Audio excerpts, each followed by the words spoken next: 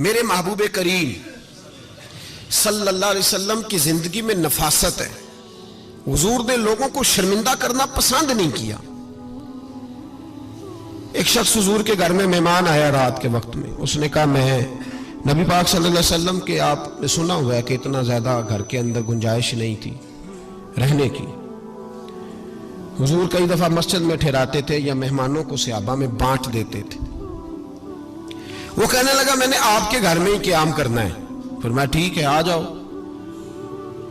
صحابہ کہتے ہیں جتنا بھی 4-5 بکریوں کا دودھ سارے اہل خانہ استعمال کرتے تھے محبوب کا سارا گھرانہ وہ سارا اکٹھا ہی اکیلا ہی دودھ پی گیا. سارا جتنا کھانا تھا اکیلا ہی کھا گیا. رات کو اسے چارپائی پہ سلایا گیا تو کھا اتنا چکا تھا کہ اس کا پیشاب حضور کے بستر پر ہی نکل گیا. وہ جب آلودہ ہوا تو شرمندہ ہوا, اٹھ کے بھاگ گیا. کسی نے دیکھ لیا تو کیا بنے گا. کہتا ہے میں جب کنویں پہ گیا جا کے میں نے غسل کیا کپڑے دھوئے تو خیال آیا میری تو سونے کی انگوٹھی رہ گئی ہے وہاں. اب طبیعت اجازت نہیں دیتی تھی کہ وہاں لوگ کٹھے ہو گئے ہوں گے.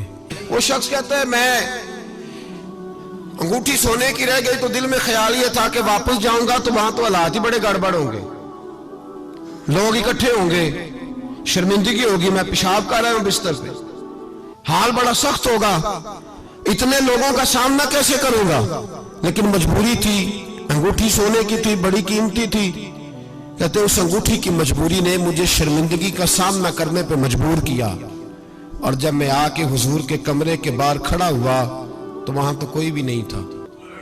اللہ کے رسول نے بالٹی میں پانی رکھا ہوا تھا, میرے پیشاب پر پانی بہا رہے تھے.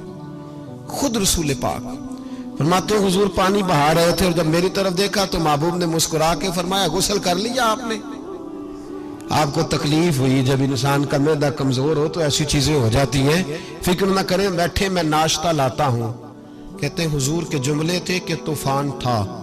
وہ حضور کی گفتگو تھی کہ میرے اندر کی ہر چیز بجھاتی جا رہی تھی. تیری پہلی نظر کا وار توبہ, دل اب تک دعائیں دے رہا ہے. فرماتے ہیں وہ جملے تھے کہ سختہ کر گئے, تزکیہ کر گئے, تصفیہ باطن کر گئے. محبوب یہ کہہ کہ گزرنے لگے تو میں نے بازو تھام لیا. میں نے کہا محبوبہ میں زیادہ پڑھا لکھا تو نہیں, سیانا تو نہیں, زیادہ کھانے والا موٹا تازہ آدمی ہوں. حضور میں کوئی انالیسز نہیں کر سکتا, تجزیہ نگار نہیں, باریک نہیں, پر میرا موٹا دماغ بھی مان گیا ہے کہ آپ واقعی اللہ کے سچے رسول ہیں. میرا موٹا دماغ بھی مان گیا ہے کہ آپ واقعی اللہ کے. وہ گھر گیا اور قبیلے کے ایک بندے کے پاس گیا. حضرت انس بن مالک کہتے ہیں جب واپس آیا تو 500 آدمی ساتھ تھا. کہنے لگا سونیا میں اکیلا نہیں آیا, ساری برادری سارا قبیلہ لایا ہوں اور سب کو میں نے بتایا ہے کہ دنیا میں جسے میں دیکھ کے آیا ہوں ایسا تم نے کبھی نہیں دیکھا ہوگا, جس کی میں زیارت کر کے آیا ہوں ایسا نہیں تم نے دیکھا ہوگا. تو محبوبہ ہم سارے آئے ہیں پڑھائے کلمہ, ہم بھی آپ کے غلام بننا چاہتے ہیں. ہم شرمندہ کر کے بڑے راضی ہوتے ہیں, بڑے راضی. لوگ معافیاں مانگ رہے ہیں, منتیں کر رہے ہیں, جناب غلطی ہو گئی. تو ہوئی کیوں؟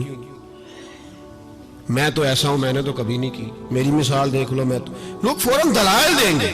او بھائی کسی کو شرمندہ کر کے تجھے کیا ملے گا. میرے رسول دنیا میں لوگوں کو نیچا دکھانے نہیں آئے, عزت عطا کرنے آئے. حضور بلندیاں دینے آئے.